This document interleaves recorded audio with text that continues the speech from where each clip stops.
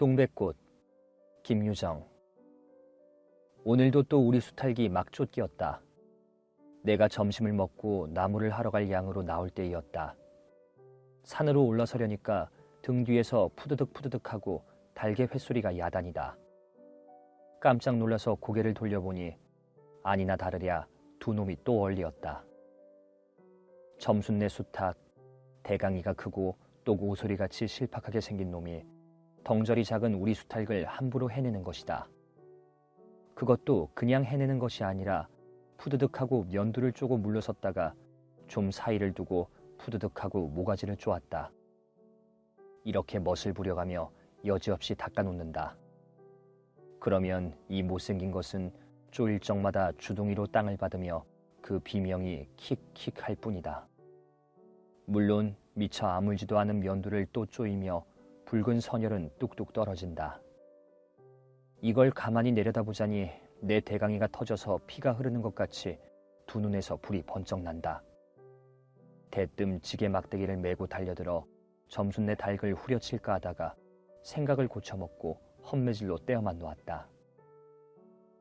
이번에도 점순이가 쌈을 붙여놨을 것이다. 바짝바짝 내 기를 올리느라고 그랬음에 틀림없을 것이다. 고놈의 계집애가 요새로 들어서 왜 나를 못 먹겠다고 그렇게 아르릉거리는지 모른다.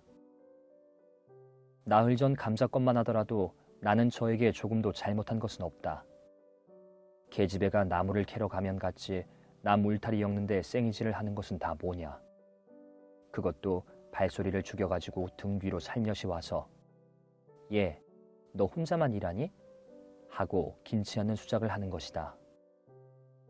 어제까지도 저와 나는 이야기도 잘 않고 서로 만나도 본체 만척채고 이렇게 점잖게 지내던 터이련만 오늘로 갑작스레 대견해졌으면 웬일인가.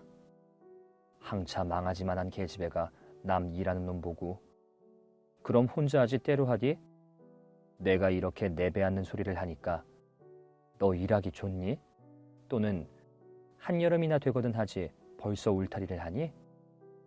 잔소리를 두루 늘어놓다가 남이 들을까봐 손으로 입을 틀어막고는 그 속에서 깔깔댄다. 별로 웃을 것도 없는데 날씨가 풀리더니 이놈의 계집애가 미쳤나 하고 의심하였다. 게다가 조금 뒤에는 제 집게를 할금할금 돌아보더니 행주 치마에 속으로 꼈던 바른 손을 뽑아서 나의 턱 밑으로 불쑥 내미는 것이다. 언제 구웠는지 더운 김이 획 끼치는 굵은 감자 3개가 손에 뿌듯이 쥐었다. 네 집엔 이거 없지? 하고 생색 있는 큰 소리를 하고는 제가 준 것을 남이 알면은 큰일 날 테니 여기서 얼른 먹어버리란다. 그리고 또 하는 소리가 너 봄 감자가 맛있단다. 난 감자 안 먹는다. 너나 먹어라. 나는 고개도 돌리지 않고 일하던 손으로 그 감자를 도로 어깨너머로 쑥 밀어버렸다. 그랬더니 그래도 가는 기색이 없고 뿐만 아니라 새근새근하고 심상치 않게 숨소리가 점점 거칠어진다. 이건 또 뭐야 싶어서 그때야 비로소 돌아다 보니 나는 참으로 놀랐다. 우리가 이 동네에 들어온 것은 근 3년째 되어오지만 여태껏 가무잡잡한 점순이의 얼굴이 이렇게까지 홍당무처럼 새빨개진 법이 없었다. 게다 눈에 독을 올리고 한참 나를 요렇게 쏘아보더니 나중에는 눈물까지 어리는 것이 아니냐. 그리고 바구니를 다시 집어들더니 이를 꼭 악물고는 엎어질 듯 자빠질 듯 논둑으로 휑하게 달아나는 것이다. 어쩌다 동리 어른이 너 얼른 시집을 가야지 하고 웃으면 염려 마서요. 갈 때 되면 어련히 갈라고. 이렇게 천연덕스레 받는 점순이었다. 본시 부끄럼을 타는 계집애도 아니거니와 또한 분하다고 눈에 눈물을 보일 얼병이도 아니다. 분하면 차라리 나의 등허리를 바구니로 한번 모질게 후려 세리고 달아날지언정. 그런데 고약한 그 꼴을 하고 가더니 그 뒤로는 나를 보면 잡아먹으려 기를 복복 쓰는 것이다. 서로 주는 감자를 안 받아먹는 것이 실례라 하면 주면 그냥 주었지 너 집엔 이거 없지는 다 뭐냐. 그러잖아도 저희는 마름이고 우리는 그 손에서 배제를 얻어 땅을 붙임으로 일상 굽실거린다. 우리가 이 마을에 처음 들어와 집이 없어서 곤란으로 지낼 때 집터를 빌리고 그 위에 집을 또 짓도록 마련해 준 것도 점순네의 호의였다. 그리고 우리 어머니 아버지도 농사 때 양식이 딸리면 점순이네한테 가서 부지런히 구워다 먹으면서 인품 그런 집은 다시 없으리라고 침이 마르도록 칭찬하곤 하는 것이다. 그러면서도 17씩이나 된 것들이 수근수근하고 붙어 다니면 동네에 소문이 사납다고 주의를 시켜준 것도 또 어머니였다. 왜냐하면 내가 점순이하고 일을 저질렀다가는 점순네가 노할 것이고, 그러면 우리는 땅도 떨어지고 집도 내쫓기고 하지 않으면 안 되는 까닭이었다. 그런데 이놈의 계집애가 까닭없이 길을 복복 쓰며 나를 말려 죽이려고 드는 것이다. 눈물을 흘리고 간 다음날 저녁나절이었다. 나무를 한 짐 잔뜩 치고 산을 내려오려니까 어디서 닭이 죽는 소리를 친다. 이곳 유집에서 닭을 잡나 하고 점순네 울 뒤로 돌아오다가 나는 고만 두 눈이 동그랬다. 점순이가 저희 집 봉당에 홀로 걸터 앉았는데 이게 치마 앞에다 우리 씨암탉을 꼭 붙들어 놓고는 이놈의 씨닭 죽어라 죽어라 요렇게 안방슬에 패주는 것이 아닌가. 그것도 대가리나 치면 모른다마는 아주 알도 못 낳으라고 그 볼기짝개를 주먹으로 콕콕 쥐어박는 것이다. 나는 눈에 쌍심지가 오르고 사지가 부르르 떨렸으나 사방을 한번 휘둘러 보고야 그제서야 점순이 집에 아무도 없음을 알았다. 잡은 참지게 막대기를 들어 울타리의 중턱을 후려치며 이놈의 계집애 남의 닭 알 못 낳으라고 그러니? 하고 소리를 빽 질렀다. 그러나 점순이는 조금도 놀라는 기색이 없고 그대로 의젓이 앉아서 제 닭 가지고 하듯이 또 죽어라 죽어라 하고 패는 것이다. 이걸 보면 내가 산에서 내려올 때를 겨냥해가지고 미리부터 닭을 잡아가지고 있다가 내 보라는 듯이 내 앞에서 죄 지르고 있음이 확실하다.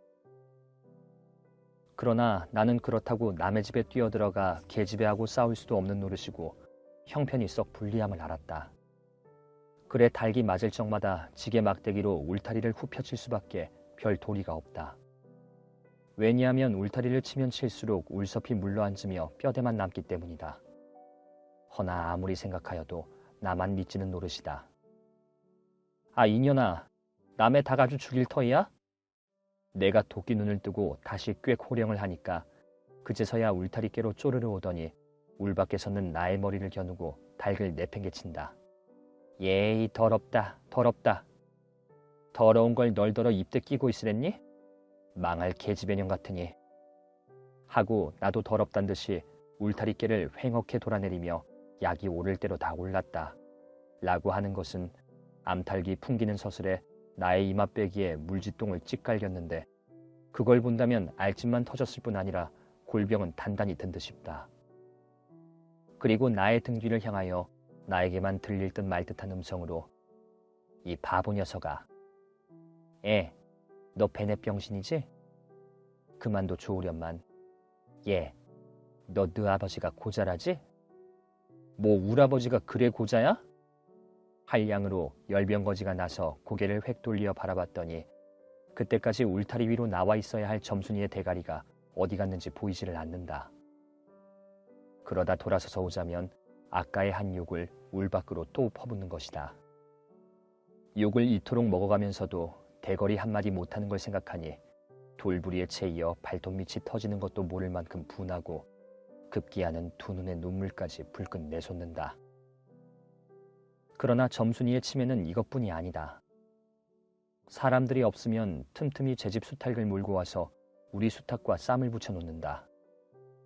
제 집 수탉은 썩 험상궂게 생기고 쌈이라면 회를 치는 고로 을에 이길 것을 알기 때문이다. 그래서 툭하면 우리 수탉이 면두며 눈깔이 피로 흐드르하게 되도록 해놓는다. 어떤 때에는 우리 수탉이 나오지를 않으니까 요놈의 계집애가 모이를 쥐고 와서 꿰어내다가 쌈을 붙인다.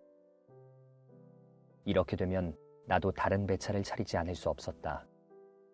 하루는 우리 수탉을 붙들어가지고 넌지시 장독계로 갔다. 쌈딸기게 고추장을 먹이면 병든 황소가 살모사를 먹고 용을 쓰는 것처럼 기운이 뻗친다 한다. 장독에서 고추장 한 접시를 떠서 닭 주둥아리깨로 들여밀고 먹여보았다. 닭도 고추장의 맛을 들였는지 거스르지 않고 거진 반 접시 턱이나 곧잘 먹는다. 그리고 먹고 금시는 용을 못 쓸 터이므로 얼마쯤 기운이 돌도록 회 속에다 가두어 두었다. 밭에 두엄을 두어짐 전내고 나서 쉴 참에 그 닭을 안고 밖으로 나왔다. 마침 밖에는 아무도 없고 점순이만 저희 울 안에서 헌옷을 뜯는지 혹은 솜을 터는지 웅크리고 앉아서 일을 할 뿐이다. 나는 점순네 수탈기 노는 밭으로 가서 닭을 내려놓고 가만히 맥을 보았다. 두 닭은 여전히 얼리어 싸움을 하는데 처음에는 아무 보람이 없었다. 멋지게 쪼는 바람에 우리 닭은 또 피를 흘리고 그러면서도 날개죽지만 푸드득푸드득하고 올라 뛰고 할 뿐으로 제법 한번 쪼아보지도 못한다. 그러나 한 번에 어쩐 일인지 용을 쓰고 펄쩍 뛰더니 발톱으로 눈을 합이고 내려오며 면두를 쪼았다. 큰 닭도 여기에는 놀랐는지 뒤로 멈시라며 물러난다. 이 기회를 타서 작은 우리 수탈기 또 날쌔게 덤벼들어 다시 면두를 쪼니 그제서는 감때 사나운 그 대강이에서도 피가 흐르지 않을 수 없다. 옳다 알았다. 고추장만 먹이면 되는구나 하고 나는 속으로 아주 쟁그러워 죽겠다. 그때에는 뜻밖의 내가 닭쌈을 붙여놓는데 놀라서 울 밖으로 내다보고 섰던 점순이도 입맛이 쓴지 눈살을 찌푸렸다.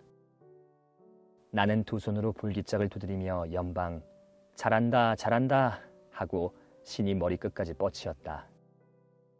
그러나 얼마 되지 않아서 나는 넋이 풀리어 기둥같이 묵묵히 서 있게 되었다.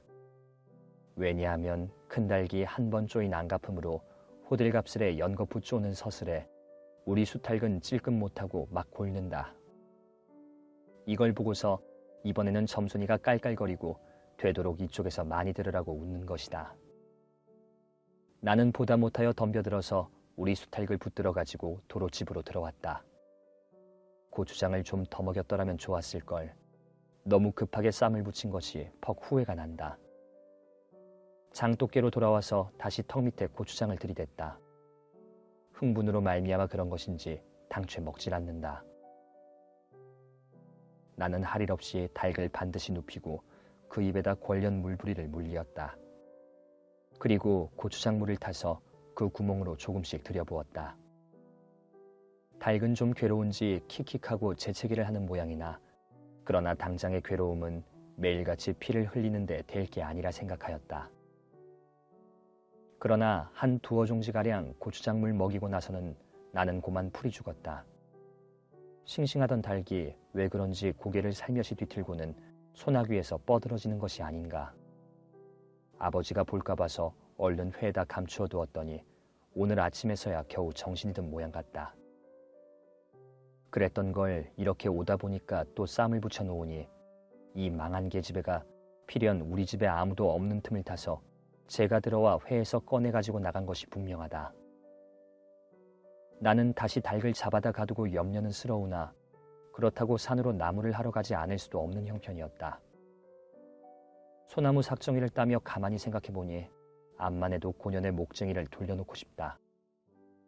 이번에 내려가면 망할년 등줄기를 한번 되게 후려치겠다 하고 싱둥벙둥 나무를 지고는 불이 나게 내려왔다.